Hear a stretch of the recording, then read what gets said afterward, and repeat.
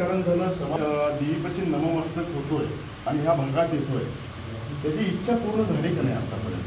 आता आपले केंद्रीय मंत्री समजा सुशीलकुमार शिंदे या ठिकाणी जे यशस्वी झालेले आहेत त्या सर्वांचं आगमन या ठिकाणी आदिशक्ती माता नवरात्र महोत्सव या ठिकाणी आगमन झालेलं होतं आणि प्रत्येकजण जे ज्यांनी नवस केलेलं इथं ते सगळेजण यशस्वीपणे पार पडलेले आहेत आणि ते आज यशस्वीरित्या पाऊल उचललेले आहेत आणि ते सक्सेस झालेले आहेत. आज मिनिस्टरपर्यंत झाले आहेत, गृहमंत्र्यापर्यंत गेलेले आहेत. या सर्वांचं या ठिकाणी आगमन झालेलं आहे आणि प्रत्येक वेळी निवडणुकीमध्ये त्यांना निवडून आणण्याचं जास्तीत जास्त सहकार्य या भागातील टकारी समाजातील लोकांनी आणि इथल्या युवकांनी, आदिशक्ती माता नवरात्र मंडळाच्या युवकांनी आणि या भागातील सर्व युवक त्यांच्या पाठीशी उभे राहिलेले आहेत आणि घवघवीत देशाने त्यांना निवडून आणलेले आहेत आणि त्यांचंही सहकार्य लाभलेलं आहे आणि त्यांचं लक्ष या मंडळाकडे बरंच आहे. तर आपणही लक्ष या ठिकाणी द्यावं आमच्या मंडळाला.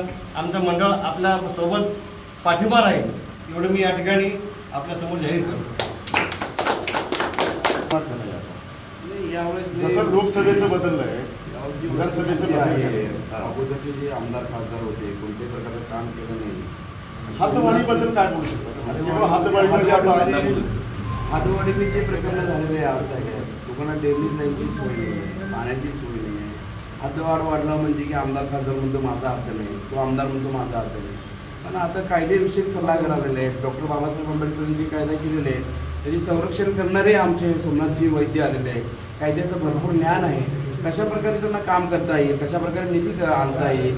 एक गरीब घराण्यातील एक शेतकऱ्याचा मुलगा सोमनाथजी वैद्य निवडून येण्याची आमच्या विमुक्त भटक्या समाजाची इच्छा आहे आणि आमच्या डॉक्टर बाबासाहेब आंबेडकर परिवाराची बी इच्छा आहे. मी स्वतः महाराष्ट्र राज्य अध्यक्ष असल्याकारणानं यांना आम्ही सोमनाथजी वैद्यांना आम्ही स्वतः साथ देऊ आणि आमच्या आदिशक्ती माता नवरात्र महोत्सवच्या वतीने सुद्धा यांना पुढील प्रेरणादायी उत्साहासाठी यांच्या कामासाठी ताकद लावण्यासाठी आमची इच्छाशक्ती वाढवण्यासाठी आई भवानीची आम्ही प्रार्थना करूया. आणि सोमनाथजी वैद्य एक शैक्षणिक दृष्टिकोनातून फार एक वैचारिक विद्वान आहेत. त्यांच्यासमोर कोणी टिकणार नाही. सुभाषजी देशमुख राहू द्या, दिलीप माने राहू द्या, कारण विचारवंतांचं हे राजकारण होणार आहे, पैशावाल्यांचं राजकारण होणार नाही. भविष्यकालीन विमुक्त भटका समाज सोमनाथजी यांना आमदार बनवेल. काय तुम्हाला आपल्याला की आता इतर नवरात्र महोत्सव पण चालला आहे आणि विधानसभेचं वारा पण चाललं आहे. आता एक इच्छुक उमेदवार तुमच्याकडे येतोय, ते कायद्याने पण हे येतात आणि पण आता तुम्हाला कसं वाटतं की बाबा ते तुमची भेटगाठी घेतात? आता प्रत्येक नवरात्र मंडळामध्ये जे भेटगाठी घेतात आणि युगामध्ये आता सध्या चर्चेत असलेले एकमेव म्हणजे ॲडव्होकेट सोमनाथ वैद्य.